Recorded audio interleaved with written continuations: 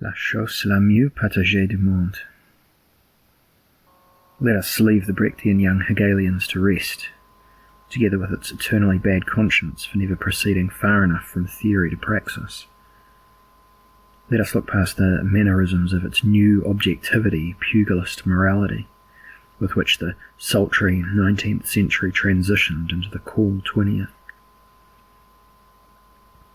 What does make us pay attention is Brecht's legitimate concern about remaining in agreement with the people about the purpose of philosophizing. Here the essential thing is not the populist gesture. What matters is a downward movement of thought dressed in metropolitan populist clothes.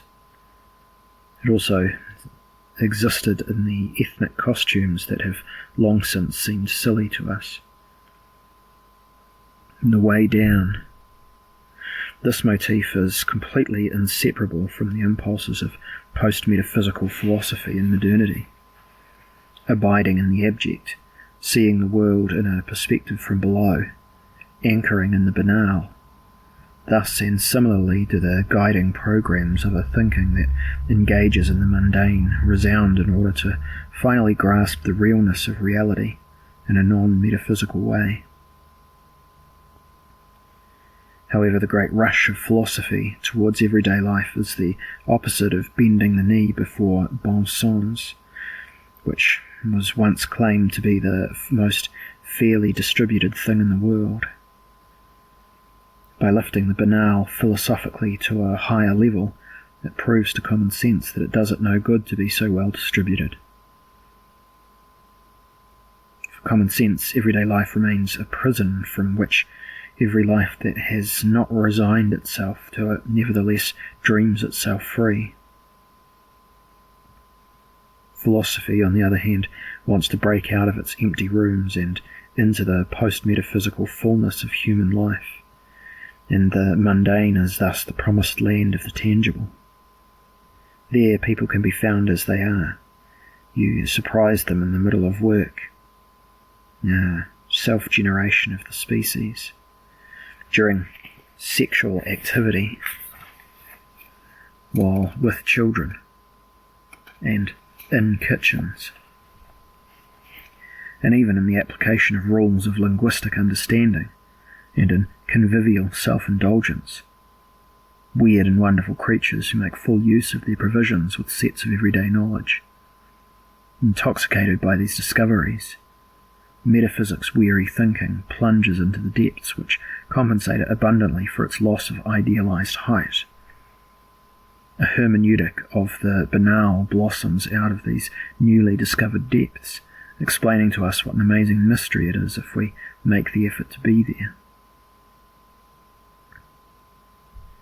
But the depths themselves know next to nothing of having been discovered by philosophy, and one can be sure that they would not think much of it if they were new. This is what the poet Brecht so surely encounters in his picaresque indifference to philosophical professionalism.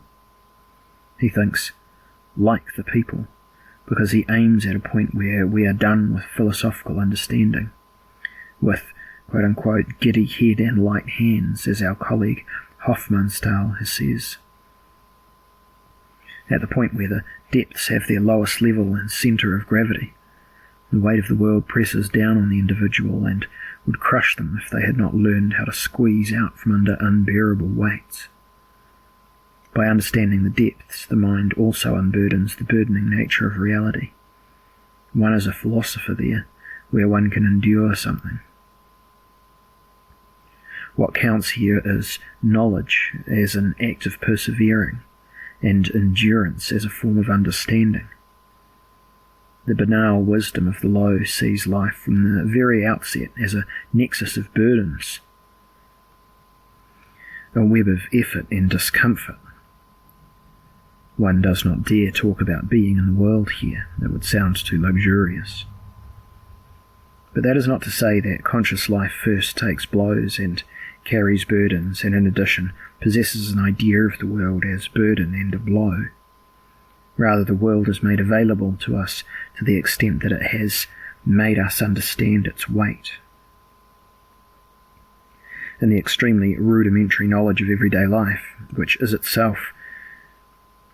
itself is not easy to bear, the development of the real is directly fused with the experience and understanding of heaviness. That is why the people identify philosophers as the takers. The takers are the hermeneuticists of heaviness.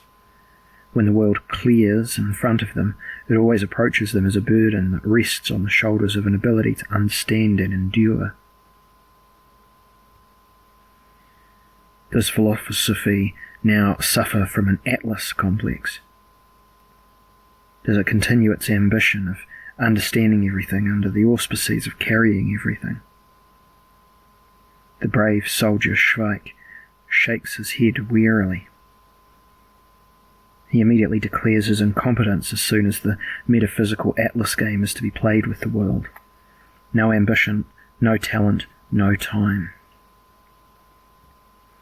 Like all people who handle heavy weights as part of their job, he relies on a technique of tilt, where one rolls the loads diagonally and essentially lets them carry themselves.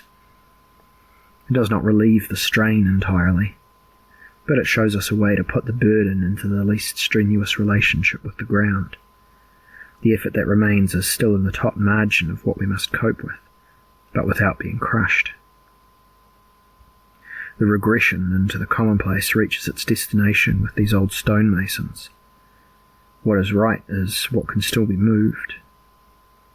In everyday life, however, everyone knows that the real bearer of the weight of the world is the ground, and not the strange human.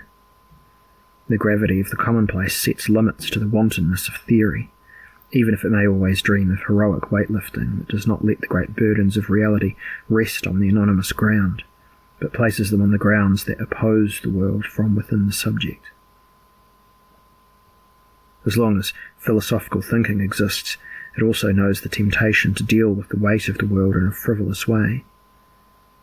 There is a weightlifter in every thinker. For athletic thinkers, however, the way down is not without pitfalls. They are overqualified for the simple and too highly trained for the obvious. Such incomparable minds as Brecht and Heidegger have this in common.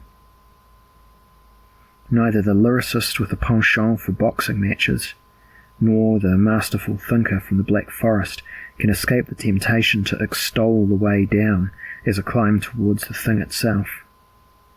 Although not as paved with heroic trivialism as with the early Heidegger, no one will be able to deny that a gestural commonality exists between Brecht's poetic exploration of the hard, cold, bad, and heavy, and Heidegger's existential ontological elaboration of the idea of a natural world concept of the commonplace.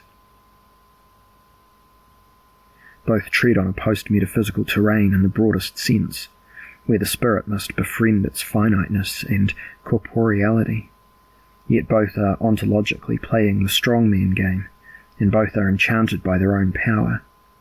Brecht with his boxer's morality, which considers giving to be more blessed than taking. Heidegger with his determined vehemence to hermeneutically control even the inaccessible. Both make it clear to posterity what kinds of risks hem the way down, and what opportunities there are to ridicule oneself with a decisive acceptance of the obvious. But maybe it cannot be any different. Perhaps the hermeneutics of banality must succumb to the temptation of dealing with the task of ordinary life in the style of a weightlifter. Perhaps it is true that the discovery of the obvious is really the most grave for us, and perhaps we really do have to engage in the undertaking to exorcise the metaphysical devil using the post-metaphysical Beelzebub.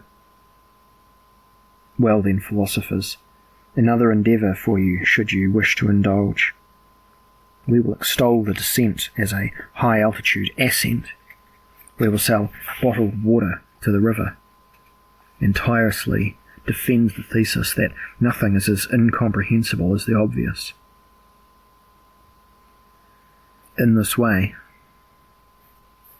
perhaps a Light astonishment at the burdensome life will one day become the most fairly distributed thing in the world.